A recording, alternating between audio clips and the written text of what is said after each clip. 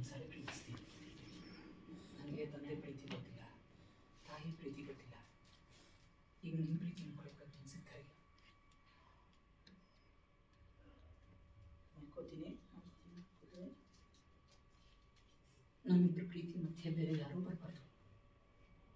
ನನಗೆ ನಿಮ್ಮ ಪ್ರೀತಿ ನನ್ನ ಸ್ವಂತಕ್ಕೆ ಬೇಕು, ನನ್ನಪ್ಪನಿಗೆ, ನನ್ನ ಸ್ವಂತಕ್ಕೆ.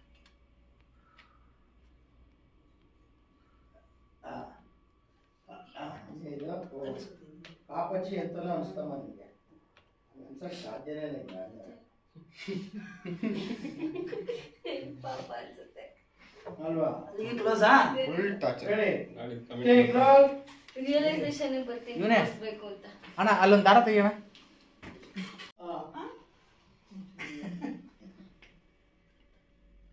ಅವರು ನನಗೆ ಮಾತ್ರ ಸ್ವಂತ.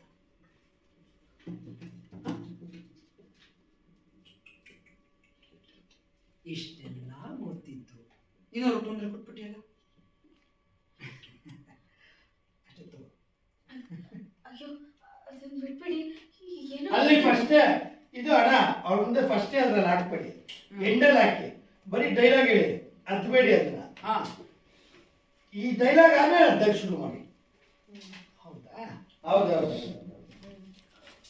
ಈ ಡೈಲಾಗ್ ಹೇಳಾದ್ಮೇಲೆ ಅರ್ಧಕ್ಕೆ ಶುರು ಮಾಡಿ. ಈ ಡೈಲಾಗ್ ಹೇಳಾದ್ಮೇಲೆ ಅದಕ್ಕೆ ಹೌದಂತ ಬಿಟ್ಬಿಡಿ. ಏನೋ ಗೊತ್ತಿದೆ ಬಂದಿದೆ, ಇವತ್ತು ಗೊತ್ತಿದೆ ಬಂದಿದೆ. ಅಲ್ಲೇ ಶಾಕು. ಓಕೆನಾ? ಅವಾಗ ಫಸ್ಟ್ ಕಂಟಿನ್ಯೂಸ್ ಹಾಕೊಂಡ್ಬಿಡ್ಲಾ? ಕಂಟಿನ್ಯೂಸ್ ಹಿಂಗೆ ಇಟ್ಕೊಂಡಿದೀನಿ. ಪಾಸ್ಗಳೆಲ್ಲ ಕರೆಕ್ಟ್ ಆಗಿತ್ತು. ಅಲ್ಲ, ಅದನ್ನ ಬಿಟ್ರೆ ಪಾಸ್ಗೆ ಅರ್ಥ ಇದೆ, ಇಲ್ಲಾಂದ್ರೆ ಆ ಪಾಸ್ ಅಲ್ಲಿ ಏನೋ ಆಕ್ಷನ್ ಇರಲ್ಲ. ಇವಾಗ ನಾನು ಅಲ್ಲಿ ಅದ್ದಿ ಹಿಂಗೆ ಎತ್ತಾ ಇದ್ದೀನಿ, ಓಕೆ ಓಕೆ. ಸೊ ಆ ಪಾಸ್ಗೆ ಅರ್ಥ ಇದೆ. ಓಕೆ ಓಕೆ ಮಾಡಿ. ಇಲ್ಲ ಆ ಪಾಸ್ ಶಾಕ್ ಆಗೋದಿಲ್ಲ. ಹೌದೌದು, ಶಾಕ್ ತಗೊಳ್ಳಿ. ಓಕೆ, ಟೇಕ್ ಮಾಡೋಣ. ಕಂಟಿನ್ಯೂ ಮಾಡ್ಬೇಡ.